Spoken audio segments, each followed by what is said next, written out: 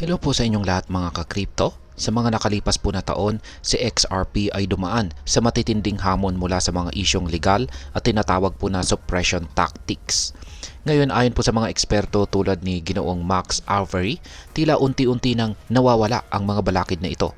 Isa po itong malaking balita, hindi lamang para sa mga may holdings kay XRP, kundi pati na rin sa buong industriya ng cryptocurrency. Kaya sa video na ito ay pag-uusapan po natin kung ano po ang suppression tactics, paano nalampasan ni XRP ang mga ito, at syempre kung ano ang magiging epekto nito para sa atin bilang mga Pinoy crypto enthusiast. Pero bago po tayo magpatuloy, ay nais ko lamang po munang bigyang linaw ang aking disclaimer kung saan ang nilalaman po ng video na ito ay hindi po ito isang financial advice. For education and information purposes lamang po ang layunin nito. Ayan, ano nga ba ang suppression tactics at paano po nakakaepekto ito kay XRP? Yan, ang suppression tactics ay mga hakbang o estratehiya na naglalayong hadlangan ang paglago o pag-asenso ng isang asset o industriya.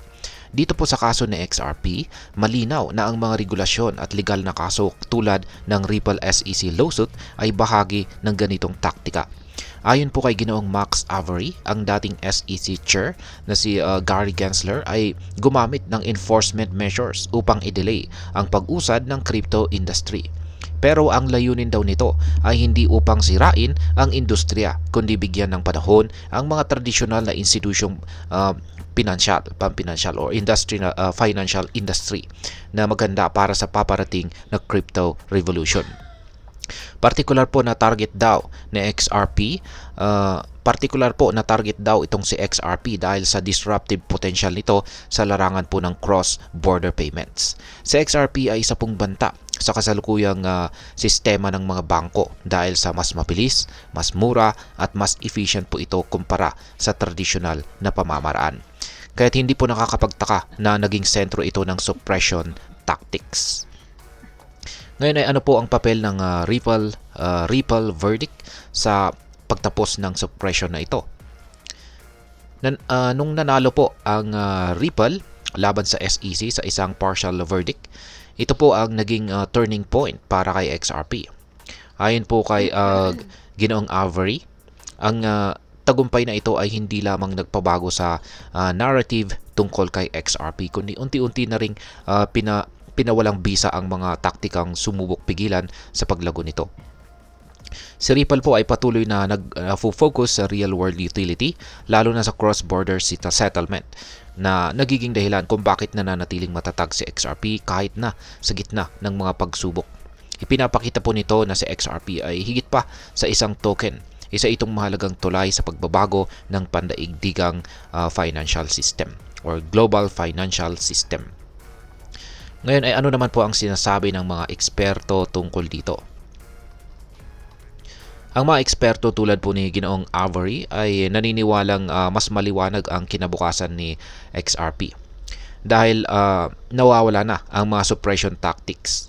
Nananatili po ang resilience o tibay ni XRP bilang isang pangunahing player sa crypto space. Ayon po sa kanya, ang mga investors na nanatili kay XRP sa kabila po ng lahat ng pagsubok ay nasa tamang posisyon upang makinabang mula sa transformative shift sa industriya. Yan, isang malaking pagbabago. Ang hinaharap po ng crypto ay nakatuon ngayon sa pagbubukas ng mga bagong oportunidad at pagbaklas ng mga hadlang. Habang nagiging mas bullish po ang market, nakikita rin natin ang mas mataas na kumpiyansa mula sa mga investors dahil sa mga pro-crypto developments tulad po ng nomination ng mga pro-crypto leaders sa administrasyon ni Pangulong Trump.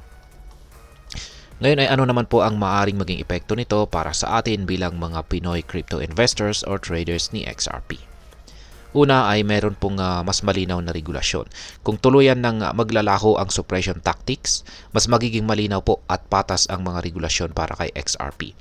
Para po sa mga Pinoy traders, ito po ay isang mahalagang aspeto upang makadama ng seguridad sa ating mga investment.